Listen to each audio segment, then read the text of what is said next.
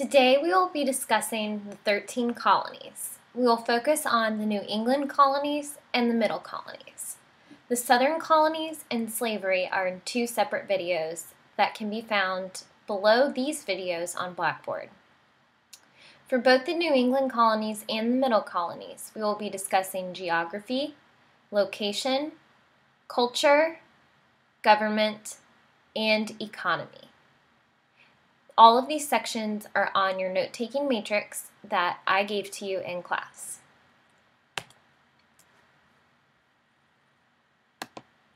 We're going to start with the New England colonies. This is the northernmost section of the colonies, in the northeastern corner of the United States. The colonies in the New England region include Massachusetts, Connecticut, Rhode Island, New Hampshire, Vermont, and Maine. I'll show you a map in a minute that gives you a closer view of each of these colonies. New England is known for its hilly land, also low mountains and forests. The soil is very rocky and thin here and is not very suitable for most farming.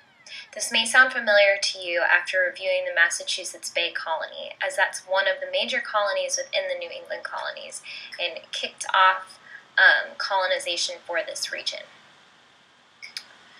They have rich fishing grounds that help them out with trade, and also long snowy winters and short warm summers, which were ideal to limit the spread of disease. Although this climate isn't ideal for growing crops, with the problem of disease spreading through the Columbian Exchange, the climate there does not add to the breeding ground of disease, so that was one major plus of being in the cold.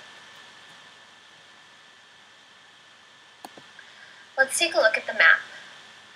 On the map, you'll see that New England is the most northern part, where it's purple and in the circle, and then here's a map that shows you closer up.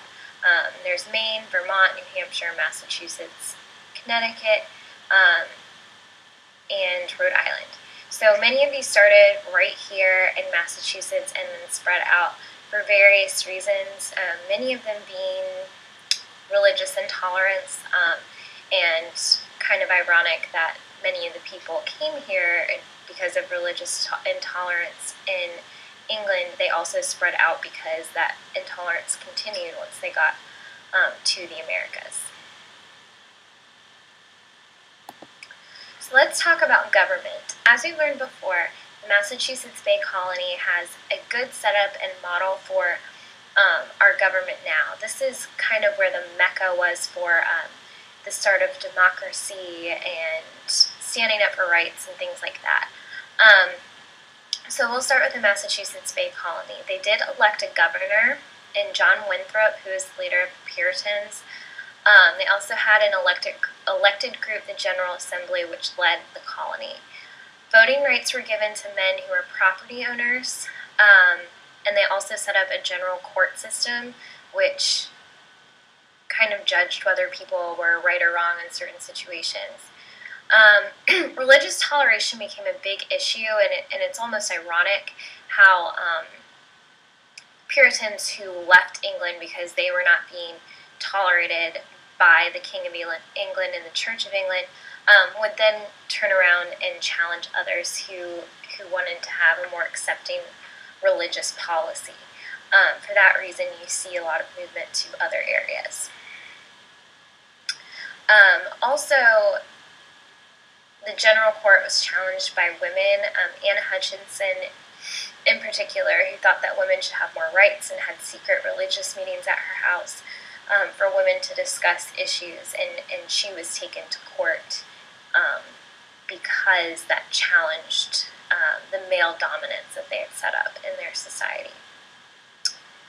The Fundamental Orders of Connecticut was the Connecticut colonies, government documents. Apologize, my kitty wanted to say hello. So that was started by John Hooker, who actually separated from the Puritans because he did not agree with them. He thought they were completely intolerant of other ideas, and in this time when there's so many different ideas spreading, there were many that did oppose it. Rhode Island was also started as a colony built off of religious intolerance, but actually by people that were forced out of Massachusetts. So that particular colony became tolerant of any religion, pretty much. Massachusetts and also New Hampshire were what were known as royal colonies, which means that the governor and council were appointed by Britain, so otherwise by the king. So they did have some influence from England at this point in time, as in who was ruling them or not. Economy in New England, like we said before, it's not a very big crop-based economy due to the geography and the lack of fertile soil. But due to the climate, fur was a big industry, as well as fishing for trade. So having those rich fishing waters that did give them a great opportunity to compete in the economy and the global trade market. The New England colonies were able to expand after King Philip's War. King Philip was a Native American who rebelled against the colonists who he felt was taking over their land. The colonists were able to win that war against King Philip, killing off many Native Americans. But this allowed them to expand ownership of land and also add on new resources to help them build their economy. The culture of the New England colony is very much based on people of English descent who broke away from the Church of England, so the Puritans, Pilgrims, culture like that. They really didn't have an established church in England, so they started it in New England. But as we know, some of those groups became incredibly intolerant or unaccepting of other faiths. Something very popular in the New England culture are the Salem witch trials, which was a series of accusations of women that were accused of having the devil inside them, or of being witches due to certain behaviors that they were exhibiting. So they almost had a witch hunt for them, where many of these women were hung and put to death because they were a challenge to the purity of the faith.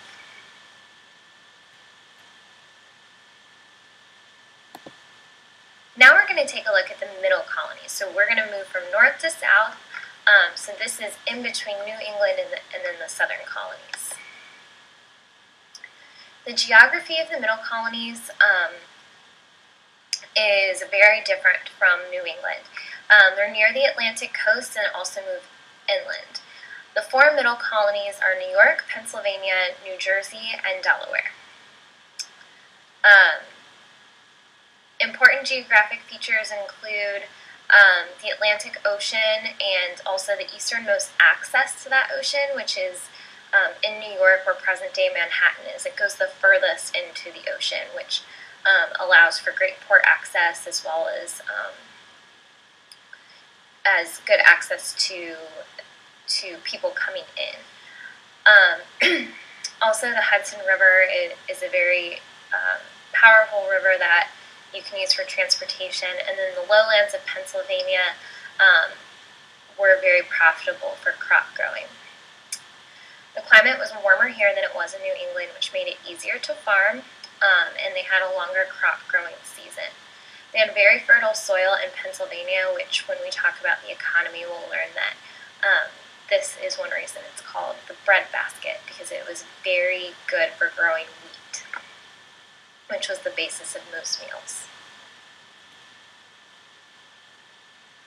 So taking a look at a map, in this green area, this is where the middle colonies lie. And then up here it shows you a closer detail.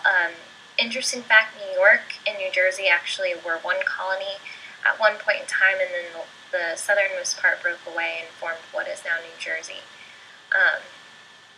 So that's a look at the map. And, like I just mentioned, southern New York split to form New Jersey. And this area was at first a proprietary colony, which is land that was granted by the king to a group with full rights of self-government, so less involvement from the king. but eventually it did switch to a royal colony in 1702. William Penn, who is a famous Quaker, went to Pennsylvania and started to form his own type of local government using a county system. So like you hear of Wake County and all the different decisions that are made within that county, that was very similar to what Pennsylvania had. But then they moved to a township, which is like a little bit smaller than a county, so there's more local control. He was a big proponent in freedom of religion. The Quakers were a very peaceful people. They wanted to tolerate all different groups and ideas. So William Penn started what was called a holy experiment, where he sent messages to Europe saying, anybody from any background, come and live in Pennsylvania, and everything will work out great. So we'll see when we look at culture what ended up happening as a result of that. But this is one of the first examples of freedom of religion and the setup of local government and the emphasis on local government that we see in the colonies. Economy. So New York was still pretty far north, so they did get involved with the Dutch fur trade with the British colonies. There are many people of Dutch descent that did live in New York, and they would trade with the British colonies. So colonies that were like Massachusetts, that were royal colonies under Britain. They developed a trade network, and this led to tension with those colonies with Britain because they felt like it was a form of competition. So instead of the Dutch trading straight with Britain, they were going with the colonies, which took away from some of their money. Pennsylvania was known as the breadbasket because it had the top cash crop of wheat. So many foods and meals were based off of that wheat. But that was not the only natural resource. In the middle colonies, they also had iron, flour, and paper, which motivated the economy. What we'll learn later in history, what you can do with iron is turn it into steel. So if you think of the Pittsburgh Steelers, which is in Pennsylvania, think of iron and that original natural resource where steel comes from. Also, they had a lot of different artisans and craft makers that sold their services and were able to make money that way. With so many different people in this area, people had a lot of different skills to offer. So this started a lot of small businesses in this area. So the culture of the Middle Colonies is very interesting. Like I said before, the Quakers were peacemaking people that did not believe in war, and they believed in tolerating all, including the Native Americans. And this is led by William Penn, so that group made up much of Pennsylvania. They also believed in religious freedom, which led to the development of new colonies and government structure. So they inspired different forms of government to take place. They also paved the way for religious freedom in our nation's government, and there's another colony in the South that also contributed to that. That's a big part of the First Amendment in our Constitution, and a big part of what makes our country very special is that tolerance of religious freedom, and it all started back with these colonies.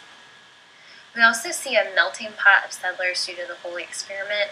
Throughout American history, we're going to see that there are huge waves of immigration from all different groups for all different reasons. And this is kind of one of the first outside of settling and colonization. So in William Penn's Holy Experiment, where he told all these different groups of people how great America is and to come here and live together and work together, we end up getting people from England, Scotland, Wales, Germany, Holland, and Switzerland, all in that Pennsylvania area. And today you still see very strong German influences, Scottish influences in that area. So it's pretty cool how something from the 1600s has influences today in that same area.